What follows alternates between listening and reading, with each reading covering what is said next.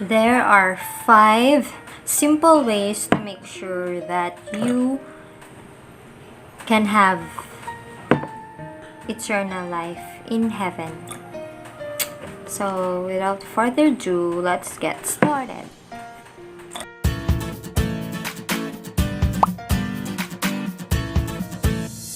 Number 1 is to accept that you're a sinner. Sinasabi sa Romans chapter 3 and verse 23, sabi doon, for all have sinned and come short of the glory of God. Lahat tayo, makasalanang tao, kakasala, in nature, we are a sinner.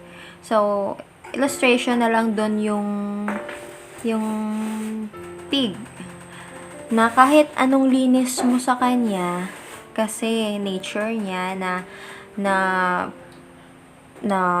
dumumi, tapos hihigaan niya yung dumi niya, babalik at babalik talaga sa pagiging madumi. So, katulad tayo nun, na kahit anong gawin natin na to purify ourselves, we are still called sinners. So, we should accept na we are all sinners kasi yun yung sabi ng Bible. Sabi sa Romans chapter 3 in verse 23. Sabi nun, for all have sinned and come short of the glory of God. Lahat tayo makasalanan. Sabi sa Romans chapter 3 in verse 10, as it is written, and forever remains written, there is none righteous, no, not one. Wala talagang righteous sa mundong ito. Wala kailanman. Wala matatawag na righteous sa mata ng Panginoon. No man meets the standard of God. Wala talaga nakakamit ng standard ng Panginoon. Only Jesus. Only Jesus talaga. So, kahit anong gawa mo ng mabuti, still, we are worms sa mata ng Panginoon. Kahit anong linis mo sa worm, sa mga has or sa mga worms. Worms. Anong linis mo sa mga worms, worm pa din siya, nakakadiri pa rin siya. So, ganun tayo sa mata ng Panginoon. And then, number 2 is, kailangan na malaman mo na yung kasalanan natin, may kabayaran yun. So, ano yung kabayaran ng kasalanan natin? Sabi sa Romans chapter 6 and verse 23, for the wages of sin is death, but the free gift of God is eternal life in Christ Jesus our God. Hindi nagsabi doon na for the wages of sin, na yung bayad ng kasalanan is gumawa ka ng mabuti. Hindi sinabi doon. Hindi rin sinabi na sa pamamagitan ng pagsisimba, ma-save yung person. Hindi sinabi dito. Sinabi dito, yung bayad ng kasalanan is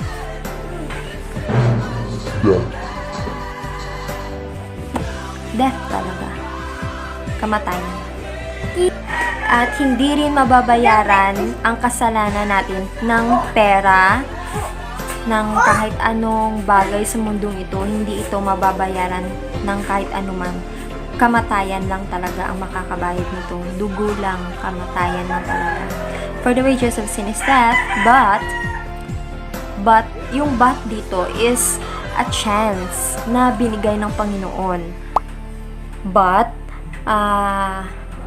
the gift of God is eternal life. Sa pamamagitan ng ano? But the gift is eternal life in Jesus Christ our Lord. Through Jesus Christ lang talaga mababayaran ang kasalanan natin.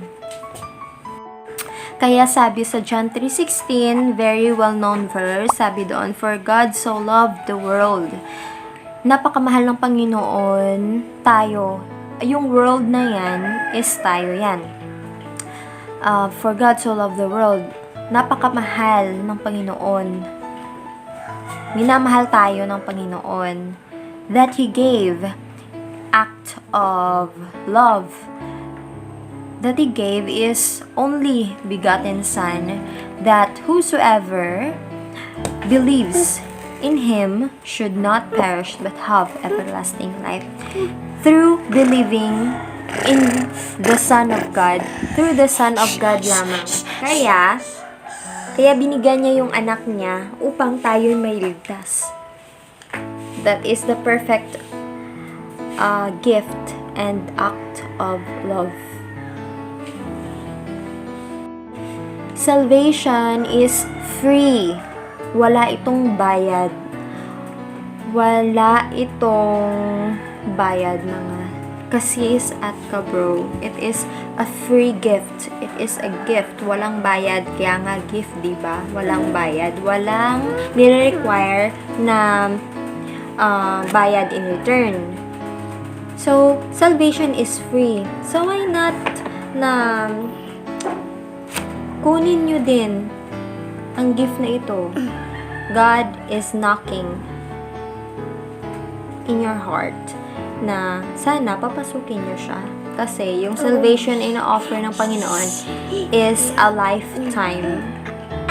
Kung sa business, may lifetime membership sa Panginoon.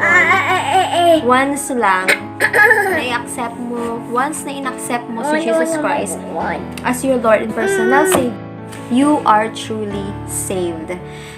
So, sabi doon sa Romans chapter 10 and verse 13, for whosoever shall call upon the name of the Lord shall be saved. Kung sino man,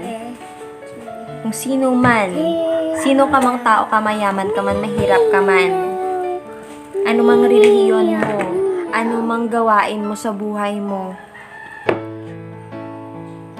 kapag tumawag ka sa Panginoon, if you call upon the name of the Lord Jesus Christ, you shall be saved. Sabi dito. So, just accept Jesus.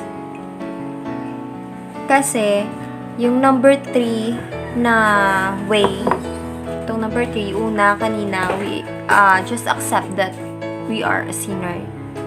Pangalawa, so, number 2 is know that the wages of sin is death. And number 3 is Jesus paid the price. Si Jesus yung only Jesus saves. Only Jesus paid the price. Hindi natin kayang bayaran ang kasalanan natin. Only Jesus can save. Only Jesus can pay the price. So, number 3 is Jesus paid the price. Binayaran na. So, wag ka nang mag-effort, besh. Kasi, binayaran na. Yun lang, ang gagawin mo lang is just number 4. Accept Jesus Christ as your Lord and personal Savior. Because salvation is free to all. So, just accept Jesus. Walang cheche boreche, walang eklabush. Just accept Jesus Christ as your Lord and personal Savior. Walang labis, walang kulang. Yun lang talaga yung way of salvation. So, sinabi naman dito, paano natin ma-assure na save tayo? And when we were going to die, we will go to heaven. Paano natin ma-assure yung sarili natin na save tayo? Sabi sa 1 John chapter 5 and verse 13, these things have written unto you that believe on the name, that believed, only believed. Just believe on the name of the Son of God, on Jesus Christ, that ye may know at malalaman mo that ye have the word have is nakuha mo na, nandyan na, have eternal life. Have eternal life, that ye may believe on the name of the Son of God. Yun, pinaulit-ulit ng Bible sa atin na just believe in the name of the Son of God, and that ye may know. Malalaman mo pure security na meron kang panghabang buhay. Merong forever bash sa Panginoon. Merong forever. So, wag kayong bitter. Kasi meron tayong forever sa Panginoon. Salvation is free and secure sa Panginoon. And then, lastly, number 5 is you should pray. You can take a pause and pray. And i-follow mo lang yung sinner's prayer na ilalagay ko sa screen mamaya para maging guide mo how to pray the sinner's prayer. So, yun lang, guys. Most precious and heavenly Father, I thank you for giving me another chance to know the truth, that I am a sinner and I need you in my life to change my life right now. I am accepting that I am a sinner and the wage of my sin is way too much that I can bear. I need Jesus to cleanse and make me whole. I need Jesus to save me. I want Jesus to be my personal Savior and Lord of my life. I am now accepting Jesus in my heart.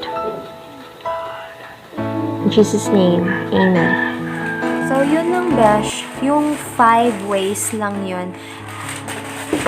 You will be secure. Wala ka ng takot kailan ka man mamatay. Malindulan ka man. Nasa Mindanao ka man. Kahit anong oras, pwede tayong mamatay. God holds our life. Hindi tayo ang nagmamay-ari ng buhay natin. So, kapag gusto ng Panginoon na kunin tayo sa mundong ito, wala tayong magagawa.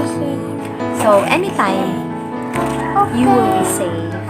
Kasi, alam mo na, save ka na.